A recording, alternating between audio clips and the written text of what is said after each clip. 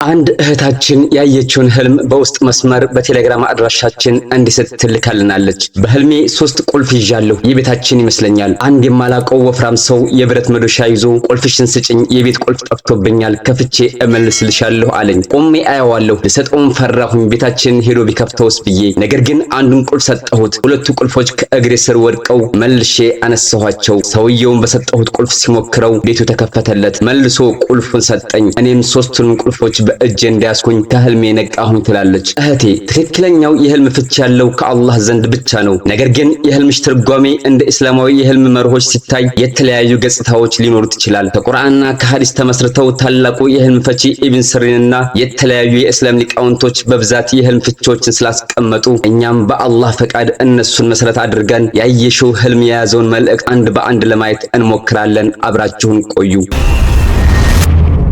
ድሪም ቲዩብ እስላማዊ የህልም ፍቺ። በህልም ቁልፍ ማየት የድል፣ የእውቀት፣ የሲሳይና ለችግሮች መፍትሄ የማግኘት ምልክት ነው። ስለዚህ በህልምሽ 3 ቁልፎችን በእጅሽ መያዝሽ በህይወትሽ ውስጥ ለ3 የተለያዩ ዋና ዋና ጉዳዮች መፍትሄ እንደምታገኚ ወይም 3 ታላላቅ ምኞቶችሽ እንደሚፈጸሙ ያመለክታል። ይህ ማለት የተዘጉ በሮች ይከፈቱልሻል የሚል መልእክትን ይዟል ማለት ነው። በህልም ውስጥ ወፍራምና ጤናማ ሰው ማየት